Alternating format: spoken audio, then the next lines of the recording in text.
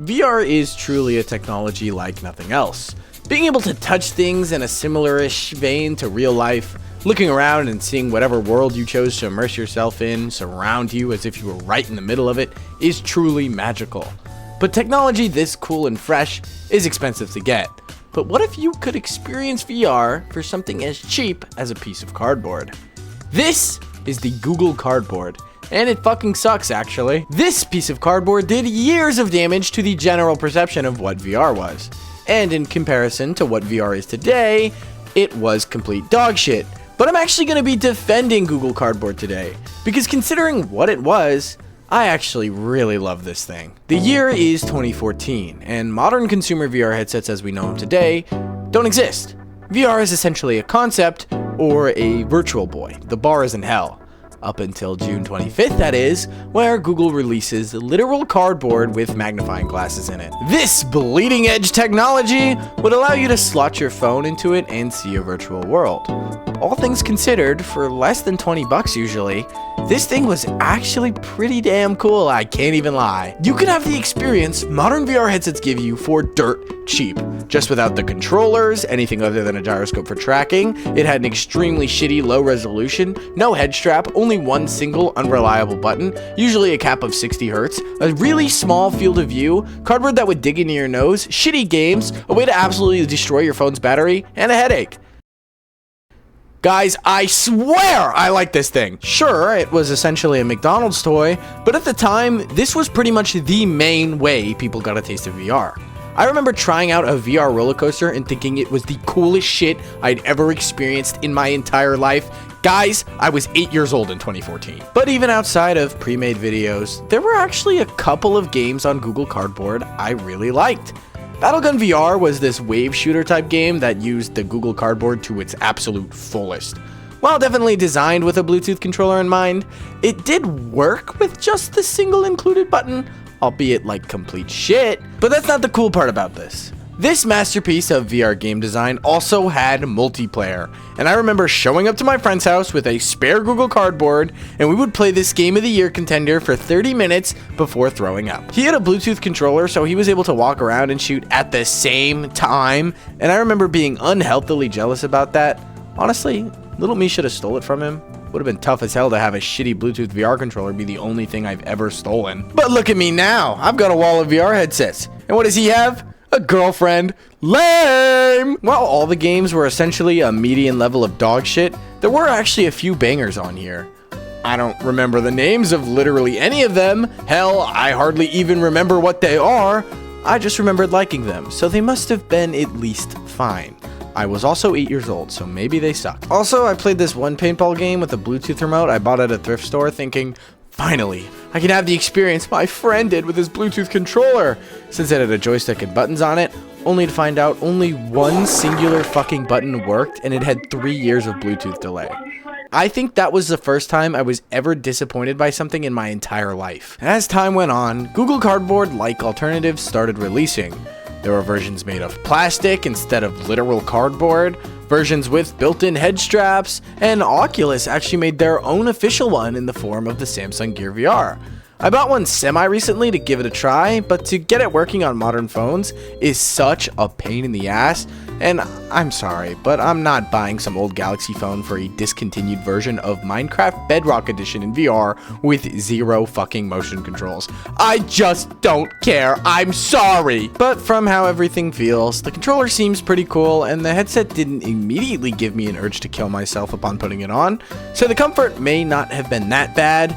Who knows though, maybe by the time you started building a house in Minecraft, the headset would have already given you an aneurysm. Only one way to find out, and I'm not willing to. I'm sure little Robert loved this fucking thing in the past though. The Gear VR had some exclusives behind it as well. That's pretty cool and all, but I was a broke kid when this thing came out, so I held the ground with my Google Cardboard and rode that thing till its death. I attached a head strap to the thing with tape, put a nose guard on it, and genuinely used that thing for at least 100 hours. It felt like discovering a whole new medium with a weirdly generous amount of stuff to do, considering I was wearing a piece of cardboard on my face.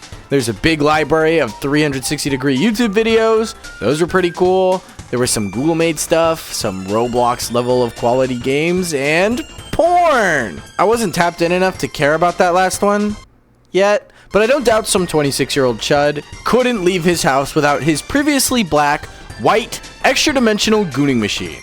Reminder, if a VR chat player offers you to let you try their headset, do fucking not. I remember years ago there was this app that lets you use your phone's camera to see the real world while in VR and apply some filters, and I sat there thinking, man, in the future, it'd be so cool to walk around with a headset on and have like floating windows and stuff in an AR world. I genuinely saw the future, guys. I don't know why I'm about to admit this to thousands of people, but I did walk around with a Google Cardboard on my face at some point in my little chud life. If this isn't cut from the video, I got shit-faced while editing. A bit later, modern consumer headsets, I say consumer in quotes because these headsets were genuinely $1,000, finally released with 6 degrees of freedom tracking and the modern feature set we all know and love. Because of my previous experience with the Google Cardboard, I was absolutely sold on modern VR. The idea of being able to touch this world in true 6 degrees of freedom with bigger games, kinda, was essentially what I always dreamed of. But these new modern headsets were very much not accessible to the average consumer, leading to the vast majority of people never actually using them. And because Google Cardboard was so cheap, pretty much everyone at least tried some form of phone VR at some point and were unaware of how much the technology matured since then. So for years, someone would say, wow, VR is so cool. And everyone else would go, what? You mean that cardboard shit? That thing was ass, bro. You have horrible taste in stuff. I hate you.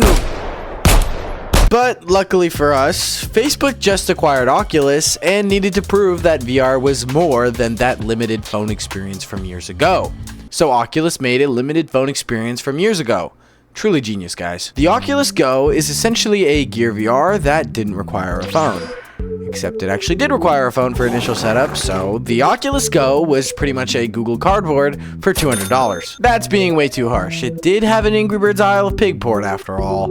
This headset, for what it was trying to accomplish, was actually decent. But ultimately, I'd still consider it in the same family as Google Cardboard / Phone VR, and it didn't help with the perception that VR was a limited 3 degrees of freedom experience at all. And that's how the general perception of VR would stay until 2019 with the Quest 1, and then more so with the smash hit success of the Quest 2. With that, the idea of VR went from this thing you slide your phone in to this magical experience where you could actually interact with the world. As much as some of y'all hate Meta, which I don't blame you at all things considered, there's no denying that without them, VR wouldn't be anywhere near where it is today. They single-handedly brought standalone VR to life and to mass market. And with that move from Meta, that's where Google Cardboard / Phone VR would essentially die. Until Nintendo showed up and made the Nintendo Labo VR kit where you can slide your Switch into a piece of cardboard. What the hell is with VR and cardboard going hand in hand? Like, what the fuck? All in all, Google Cardboard and its whole family of mobile phone VR lived a very interesting life. For what it was, this thing was pretty genius. Being able to experience a sort of futuristic technology with nothing but some cardboard and plastic was a really smart way of bringing VR to life using what was already available. And even with its limitations, it still managed to impress many and introduce them to VR in a pretty creative way. And you know what? I loved mobile VR while it lasted, even if it gets a generally pretty bad rep now. You don't mean that cardboard shit, do you? Oh, you just make me so fucking angry all the time. I'm gonna throw something. God